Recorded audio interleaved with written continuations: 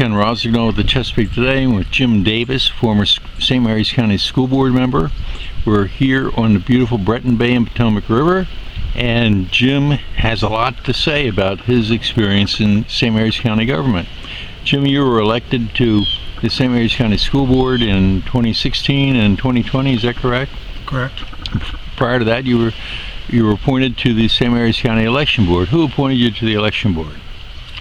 Roy Dyson. Okay, Senator Roy Dyson. Senator Roy Dyson. Okay, you're a Republican, right? Correct. Why would he appoint you to the election board? Well, and the Board of Elections, it's important for voter integrity that both Democrats and Republicans represent our representatives on the Board of Elections. Okay. So if the governor happens to be Democratic, 3 of the 5 members are Democratic on the Board of Elections. 2 would be Republican. That year, Governor Glendening officially appointed me, so I was one of 2 representatives that took an oversight on all of the voter efforts in the county during that election year. Okay. You also were president of the Republican Club? Yes. Mm-hmm. Okay. And when you ran for school board, that's a nonpartisan race, correct? Correct. Okay. Do you think your Republican activities helped you win? It could have been. I would say yes. And you're also a Rotarian and a Lion? Yes. Mm-hmm. Okay. I joined the Rotary Club in 1975. Okay. What do you think you learned the most about during your 8 years on the St. Mary's County School Board? Well, it was a learning experience. The first year in 2016, it was a real learning curve. And what I learned is that there's limitations to the authority and power that you have on the school board. You're only one of 5 votes. So you have to use your, what I would call experience in trying to work with other board members to make sure that you can get the work done that you wanted to get done. So that's the first thing. The school board, as I find it in my 8 years, very competent folks for the most part. And I had very, very good relationships with the other members. And I found that after 8 years that we had a reasonably well-run school system. Dr.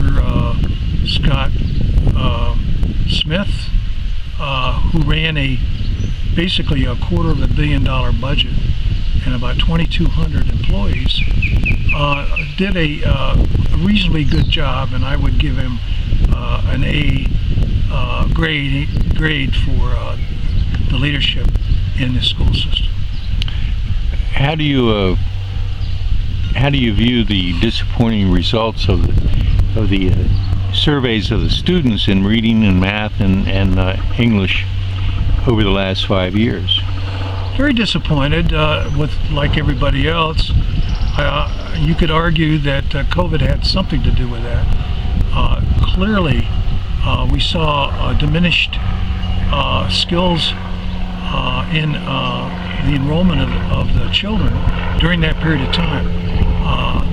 Most of the students were homeschooled, and we lost quite a bit of enrollment, which has not recovered. I think we had about close to 18,000 before COVID.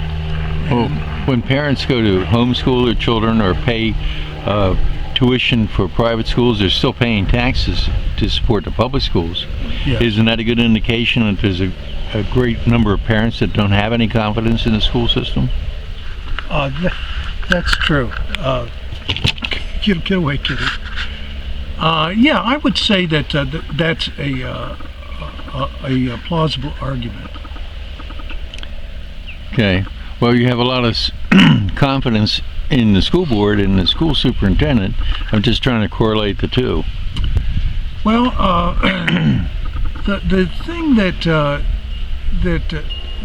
if you were to ask me during that 8-year period, what came clear to me was there were people either in the school system or not in the school system that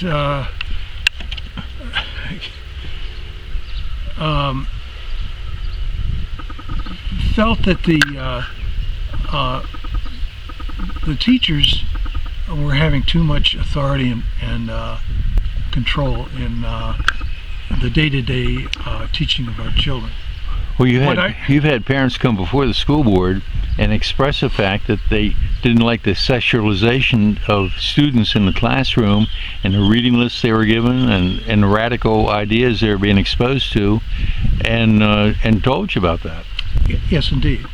And I think you could say that would be similar to every Board of Education group in the whole United States. There's a great number of folks that are not happy with public school. Well, in Calvert County, they had a complete change. They had 3 conservatives elected to the school board over there, Talbot County and a couple other counties in Maryland, where a national group decided to try to raise money to fund conservatives running to fight back on the radicalism of the being pushed by the teachers union.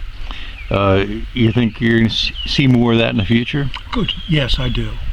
I would also argue that in the 8 years that I served on the board, it was clear to me that the most important thing was the children.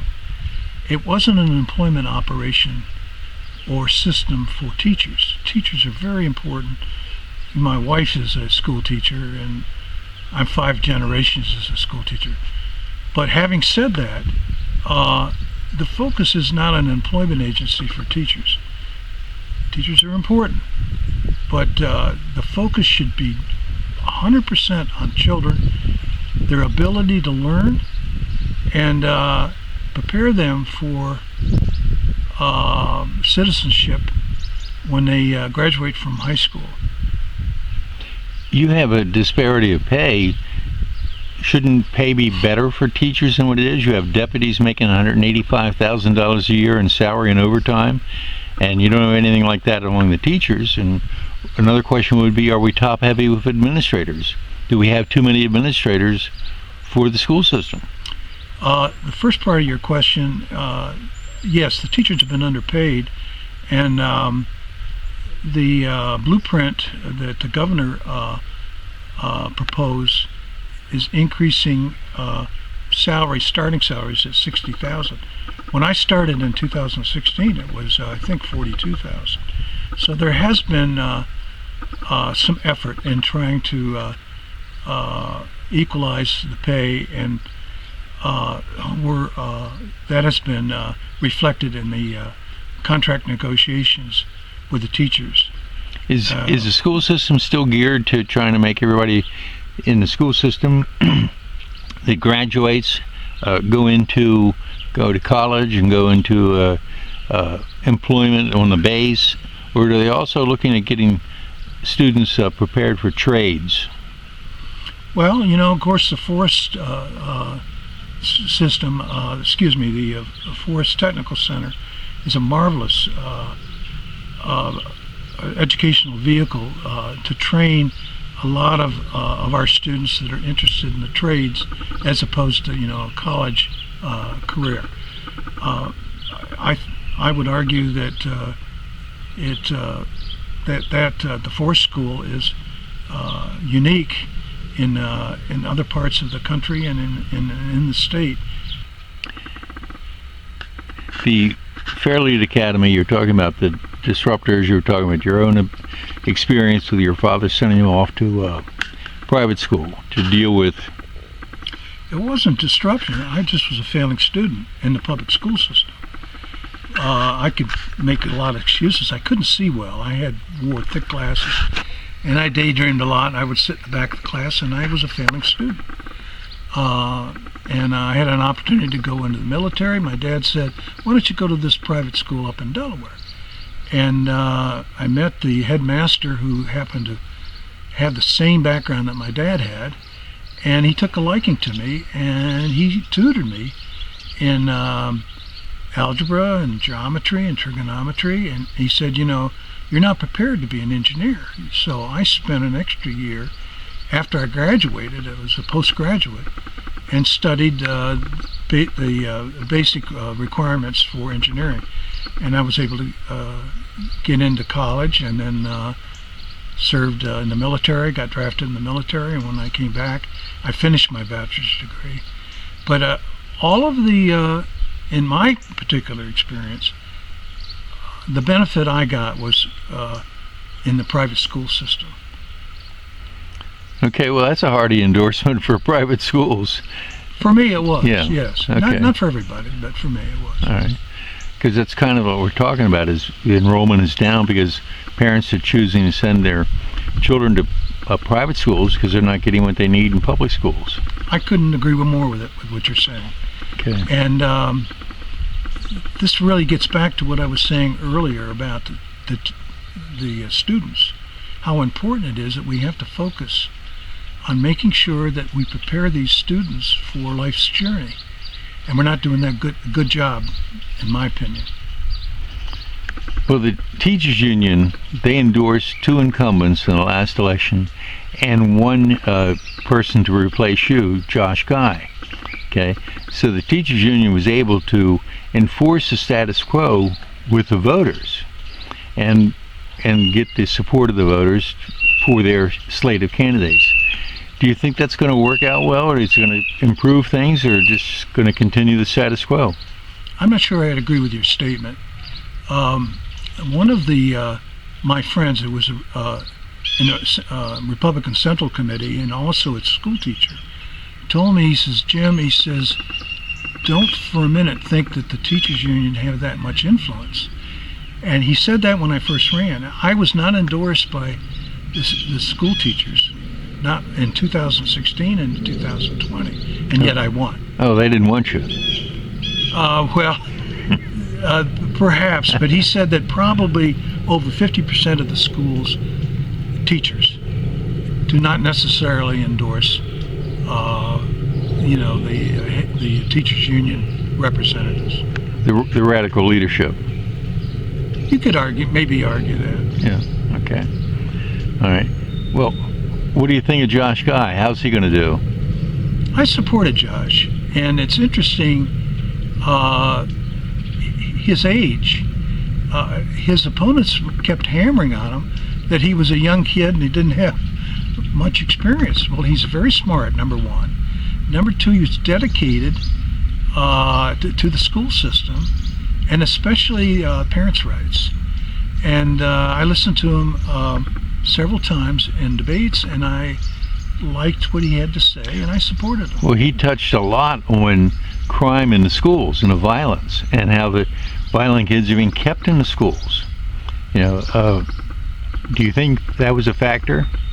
Indeed, but I would argue that it's the law that dictates that you have to keep these bad actors in school.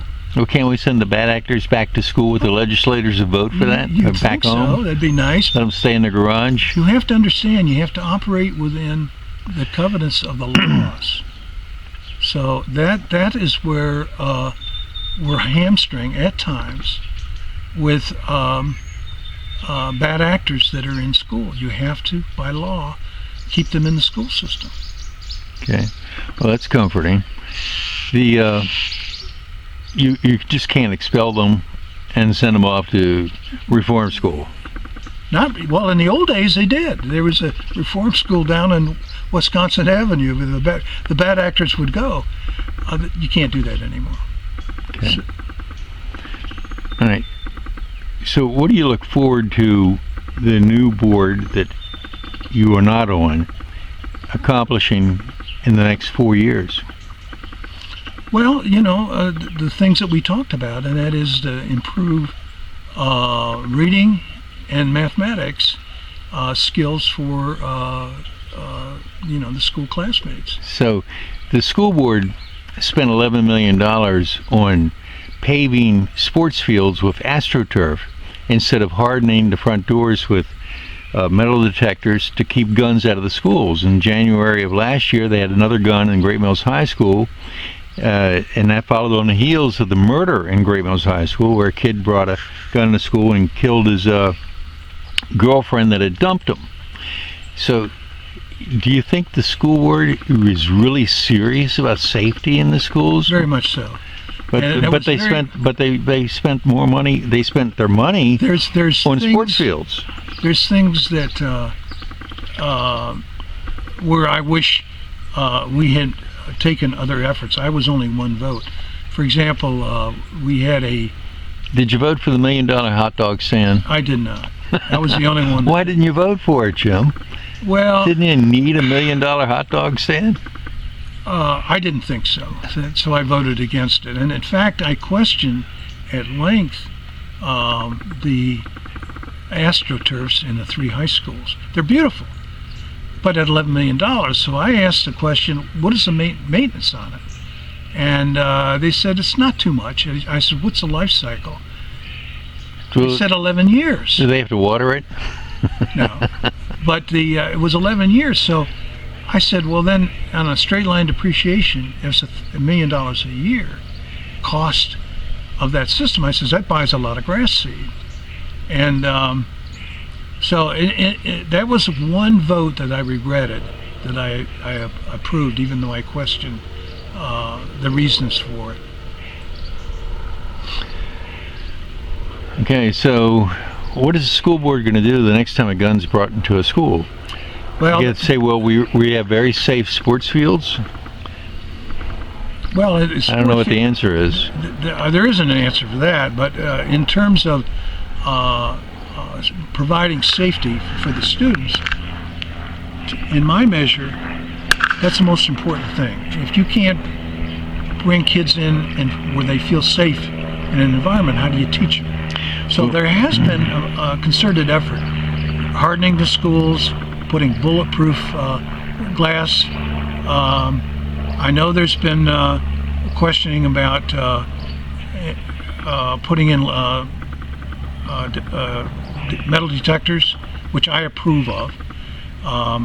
The argument of that is that it takes a long time for the kids to get in. They're queued outside, then maybe they're vulnerable because of their queued. Have they not noticed that we have it at airports all across the country? Yes, I made that point. Yeah. But they have lockdowns. All of these classrooms are locked. We've tried to do as much as we can with the budget that we have to enhance safety in the schools.